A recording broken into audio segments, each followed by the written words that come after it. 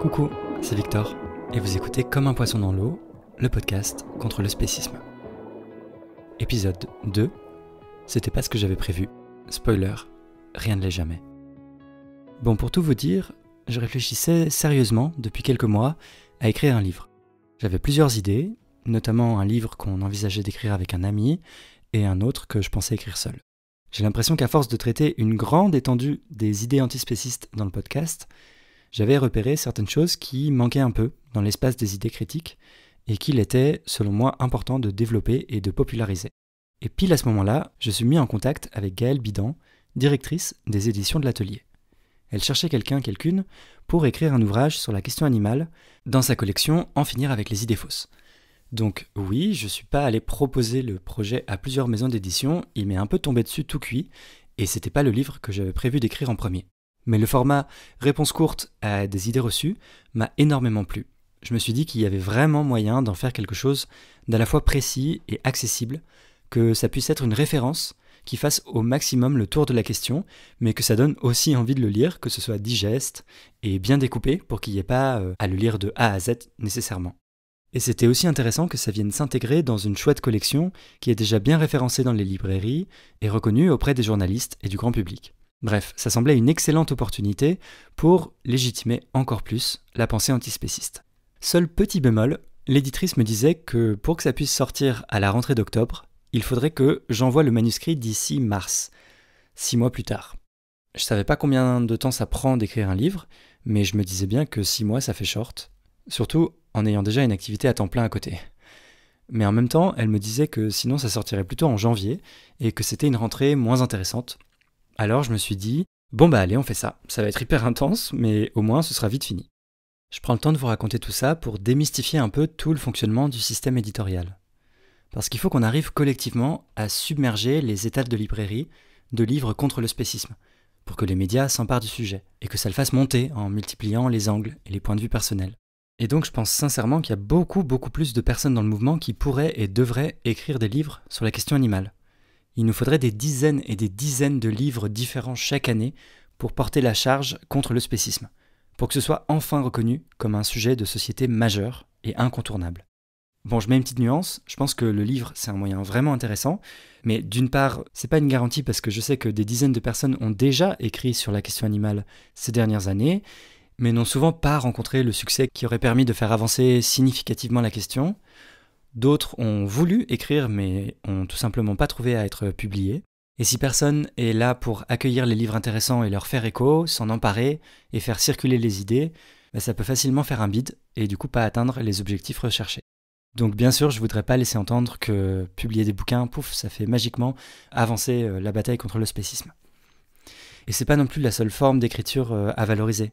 Je pense qu'il y a 1000 façons de faire avancer les idées sans passer par un processus aussi long et chronophage que l'écriture d'un ouvrage.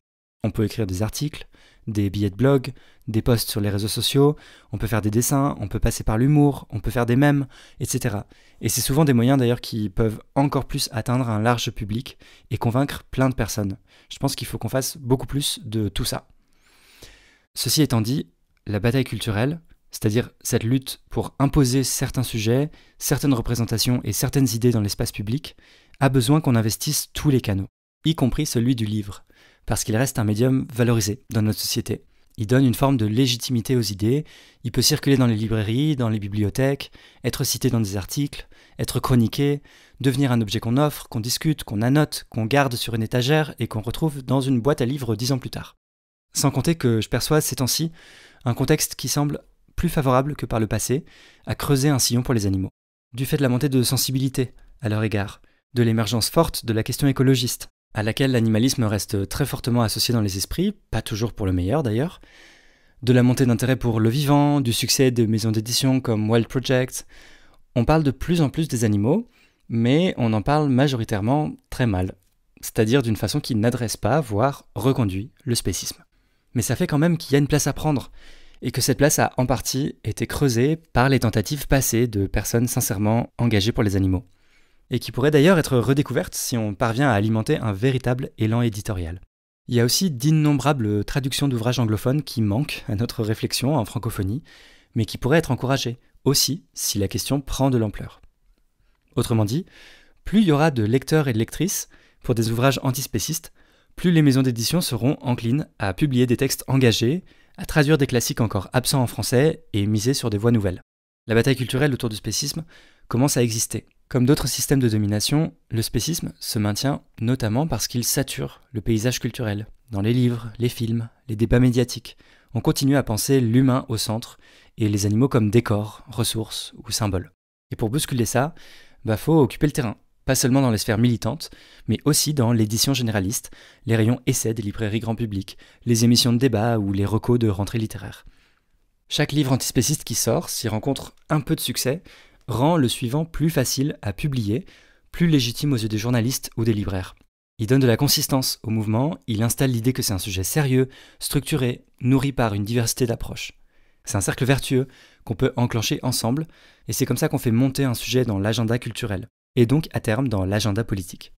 On a les idées, elles sont robustes, précises et étayées. Il n'y a plus qu'à en faire la démonstration encore et encore jusqu'à ce que le grand public en soit convaincu, ou tout simplement déjà en entende parler. Avoir les bonnes idées ne suffit pas, on ne gagne pas par les arguments, on gagne par la transformation de l'imaginaire collectif. Et ça passe par une production culturelle bien pensée et massive. Du coup, pour revenir à la façon dont ça s'est passé avec la maison d'édition, après avoir été sollicité pour ce projet, en gros j'ai écrit un sommaire détaillé, assez rapidement finalement, tellement dans le mouvement on a l'habitude d'identifier les arguments spécistes qu'on nous oppose.